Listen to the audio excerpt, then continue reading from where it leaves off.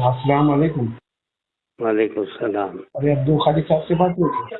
जी, और खैरियत में हैं आप लोग? अल्लाह का शुक्र।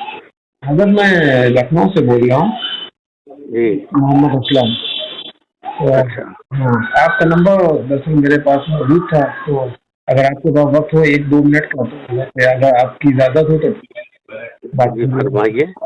तो ये हमें बताइए कि जैसे आप ये जो चल रहा है यूट्यूब पे, व्हाट्सएप पे वगैरह चल रहा है, क्या दारुल उलूम देवबंद ने क्या मौलाना साहब को गुमराह कहा है? नहीं तो, जी नहीं, किसी ने नहीं कहा। हाँ, तो ये जो है एक यूसुफ वापी है, तो उसने ये बात कही कि मौलाना साहब गुमराह हैं, दारुल उलूम देवबंद ने इस बात को अपने फतवे में जारी किया है। नहीं, ऐसा कुछ नहीं है।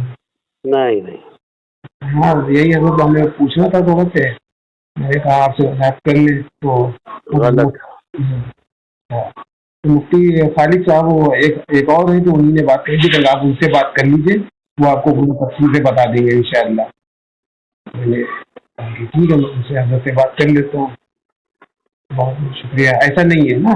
नहीं, ठीक है सर। ठीक। ठीक है। अस्सलाम वालेकुम।